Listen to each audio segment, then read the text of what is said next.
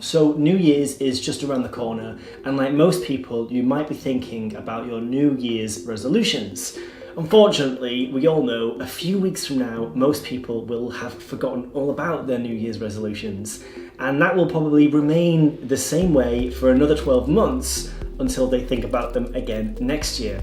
They say the definition of insanity is doing the same thing over and over again, so rather than doing resolutions this year, I'm going to be conducting an annual review. I got this technique from Tim Ferriss, and the basic idea is that rather than immediately looking forwards at everything we want to achieve, first of all, we take time to look backwards.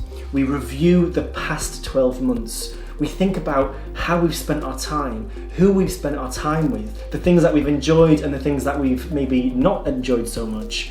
And then from all of that processing, we glean some insights about what we really want to do looking forwards for the next 12 months. So I think that this is a really valuable technique to try.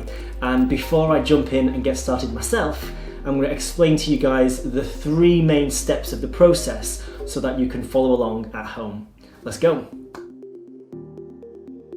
We start the process by reflecting on everything that has happened to us in the past 12 months. Then draw 2 columns and start plotting in anything which has been either a positive or negative experience in the previous year. Think about things like the work you've done, the projects you've been involved in, people you've spent time with, places, behaviours, and even your own emotions. Don't worry about getting this right or wrong, just include anything that feels relevant to you. In step 2, we're going to conduct an 80-20 analysis on both lists. If you haven't heard this term before, then Google the Pareto principle.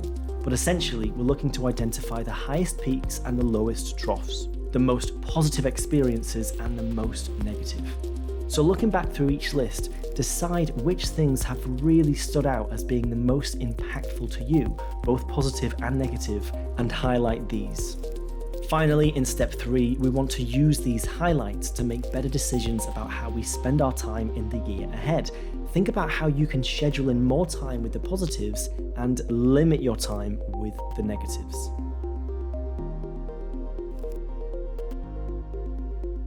Right guys, that is me done. That is my 2021 year review finished. It's taken me around half an hour and just 1 page of paper. I also got my diary to reflect on some of the things that I've been doing in the past 12 months and remind myself of where I was at over that time. I was also going to use the calendar on my phone as a way of reminding myself of the kind of just general day-to-day things that I've been up to over the past 12 months. But this is a new phone without all the data on my calendar, which I wasn't able to transfer, so I didn't have that, which actually made it quite difficult to just recall what I've been doing for the past 12 months.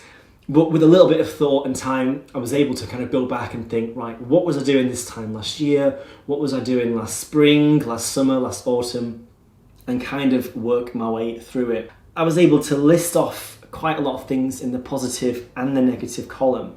And then from all that, do the 80-20 analysis to figure out what has been the most beneficial things that I've done and what have been the things which have caused me the most problems or the most lack of benefit. Straight away in the positive side, one of the things that stood out was spending time out in nature with my friends, going hiking, visiting new places.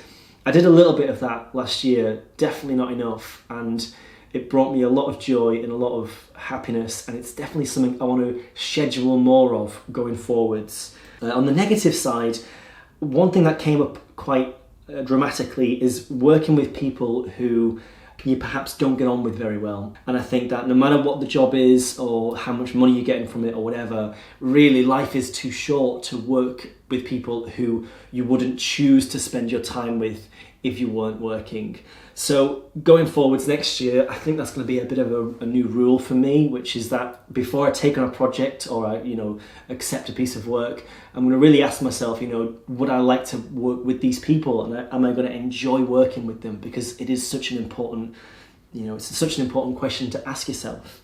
A lot of other stuff came up for me, not just experiences or time spent, but also my own emotions that I felt, my own behaviours. And I've been able to highlight, what behaviours I really want to feel more of and what things I want to feel less of going forwards. So that's all really useful stuff and things that I can definitely dig into even more. So yeah, in summary, definitely worthwhile doing this practice of a yearly review. This is a brilliant way to lay the groundwork before you go on to think about your goals, your ambitions, or your resolutions for the year ahead. And I think that doing this allows you to really think more accurately about really what it is that you want to be doing going forwards, rather than just plucking a resolution out of midair and then forgetting about it a few weeks later. So thank you to Tim Ferriss for the idea. Thank you to you guys for watching this. Please let me know in the comments if you're going to try this yourself. And as always, please subscribe to the channel and watch out for future videos. Until next time, bye for now.